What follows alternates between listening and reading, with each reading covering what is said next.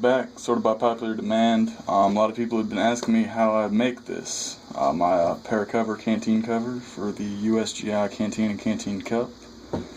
I'm not going to show you guys how to make it like step by step actually making one, but I will be showing you guys like the concepts behind making it. First thing you'll need is some items. You need a paracord, obviously, for the actual Canteen cover, like the base of it. You need these Alice clips for the back, like I have here. You're going to need something that you can use to have in the middle here.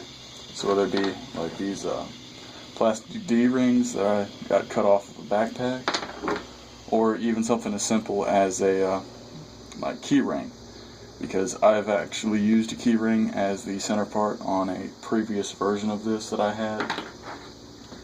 So then you're going to need a clip of some sorts, preferably one that's closed here. This one's made so you can like quickly get it on the nylon straps to replace it, but that's not necessary. All I did to fix that was, since this is the same sort of buckles, I just took some electrical tape, wrapped it around a couple of times, and it was no big deal. Then after that, you're going to need some sort of a fire-making device to seal off the ends of the paracord. I prefer a Bic lighter, which you really should do to pretty much all your Bics, so long as you don't have a kid around that can play with the fire or anything like that. Just remove the child safety lock, because it just makes it so much easier to strike up, and it's just ends the whole pain in the butt of using it. Then this is just more for show than anything, just a knife that you can use, or a pair of scissors or something like that, so that you can actually cut the cord. So now, first thing you're going to want to do is you're going to want to figure out about how big around and at what point you want this center band to be at, because the center band is the first thing that you'll need to do. It helps you judge where everything else is going to be. So you get that just by measuring around and figuring out how long it's going to be. Then what you do is you get a piece of paracord, and you take your D-ring or whatever you got. You make a lark's head hitch, which is the simple, you just make a loop, pull it through, which gives you the two strands down here, gives you the actual knot like that, which you can see here was used in the same fashion as this. And basically what that does is that allows this to go around your canteen till you come up to the end. When you get to the end, I don't have this evenly looped, but basically what you do is you get to the end, and you're going to fold that over, and you're going to take some sort of tape. This is duct tape, could be electrical tape. You're just going to wrap that up. It's a good way to hold it still as you're going through your cobra stitching process. So that's not me coughing, by the way. It's the camera person. So basically what you're going to need to do after you get that point is you're going to have to worry about the actual cobra stitching, which it's very simple. There's 1.5 million different videos on it online. The basics of it and some tips that I can give you are, first off, you want to mark the center of your paracord somehow, especially when you have a long strand.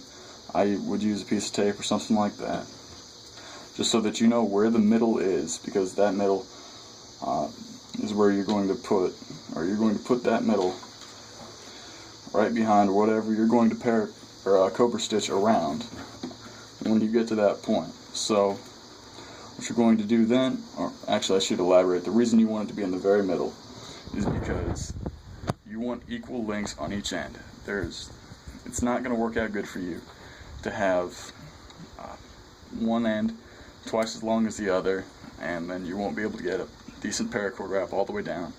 You're basically going to be wasting cord and your time. So again, what you do is I'll just show this because I've had a request to show how I do it. You get it in the middle. You take a side. I'm going to exaggerate the loops here. You make a loop. Thumb's in the way, but you make a loop out and it goes around to the back. Then you take your other end, you go underneath that strand,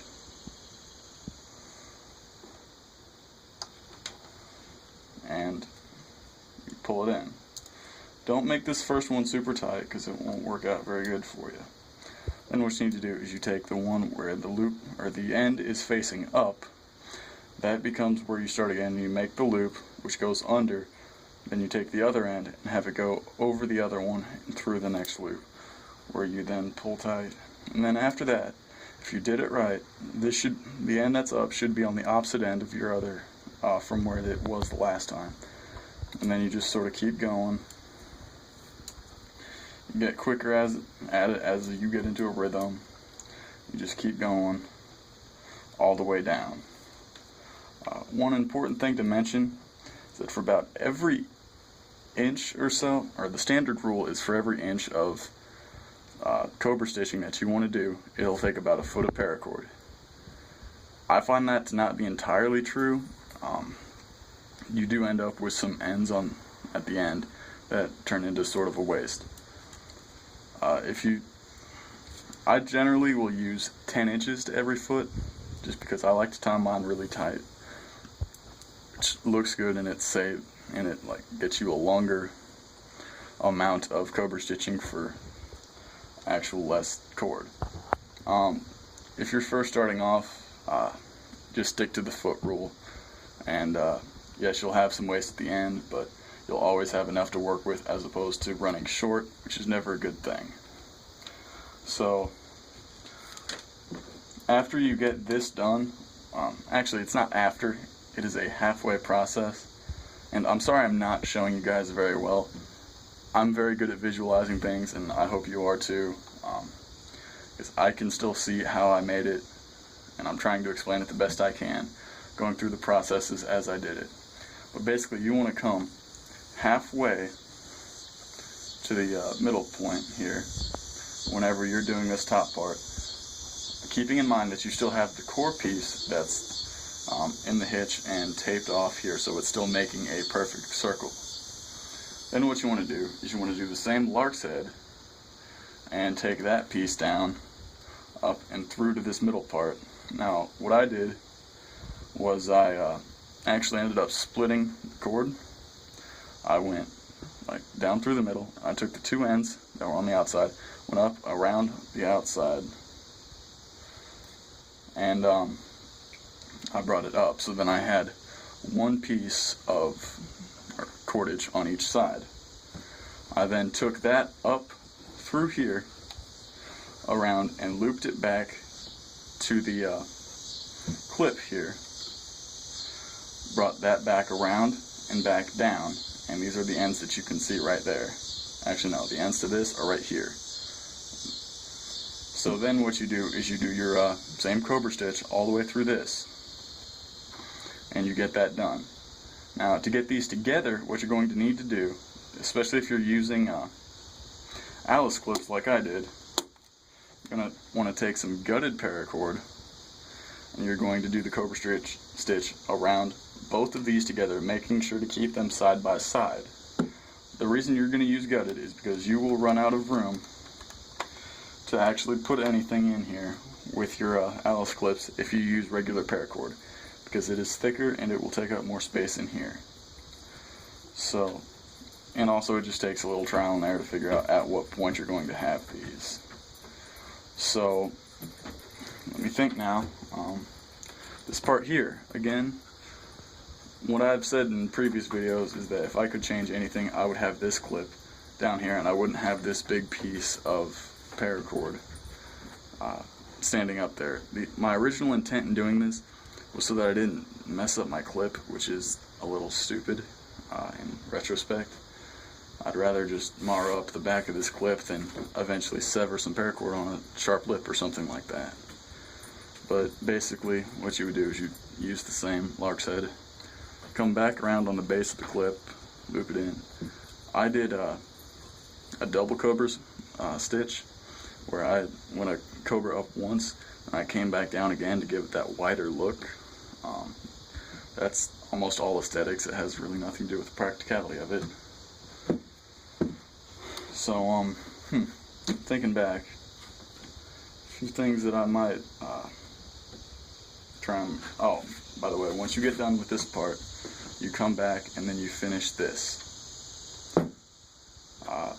Again, guys, I don't know if this is going to help you guys necessarily. I think it would help just because I can visualize things and I can see things like this. So, granted, I've also created this once before, so I don't know if I'm helping you at all or what, but I have answered the how did I do my cobra stitch, which I had that question before. And I tried to explain this the best I can without having to completely remake my paracover, which I still may do at a later date. Right now, I just don't have the time, the resources, or really the incentive quite yet to make a whole video of completely making another one. I'm not exactly fishing for subscribers, but if I have more subscribers and more actual people requesting that I make a video of that sort, that'll definitely weigh on my mind, and it'll probably eventually lead me to having to completely remake one. Or not remake one, make a new one. But until that day, this should hopefully suffice for some people. So again, this is basically an overview of how I made my paracord paracover canteen cover. So that's it for this video. Like and subscribe, do what you gotta do. I'll see y'all in the next one. Until next time.